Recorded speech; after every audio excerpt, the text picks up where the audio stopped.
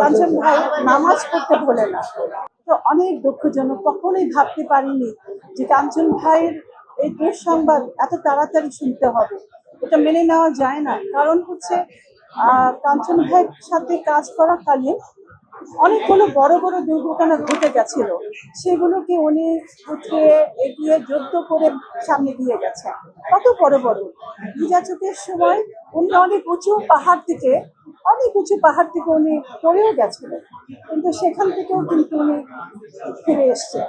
উনি আমাদের সবার সামনে ছিলেন, অনেক ভালো কাজ উপর দিয়েছেন, দেশের জন্য কাজ করছিলেন এবং এত ধর্মকে উনি পালন করতেন, এত নামাজি ছিলেন। আমার সঙ্গে দেখা হলেই বলতো, তুমি নামাজ পড়ো, তুমি এটা পড়বে, ওটা পড়বে, অনেক কিছু শেখা তার কাছ থেকে। এক্সট্রিম মশার কয়েল প্ল্যান্ট ফাইবার দিয়ে তৈরি, ডেঙ্গু চিকুনগুনিয়া বাহি সহ যে কোনো মশার বিরুদ্ধে দেয় এক্সট্রিম সুরক্ষা। তো সেই কাঞ্চন ভাইয়ের এরকম খবর শুনতে আমি প্রস্তুত ছিলাম না। এনিওয়ে, আল্লাহর কাছে অনেক দোয়া করেছি, আপনারা সবাই দোয়া করবেন।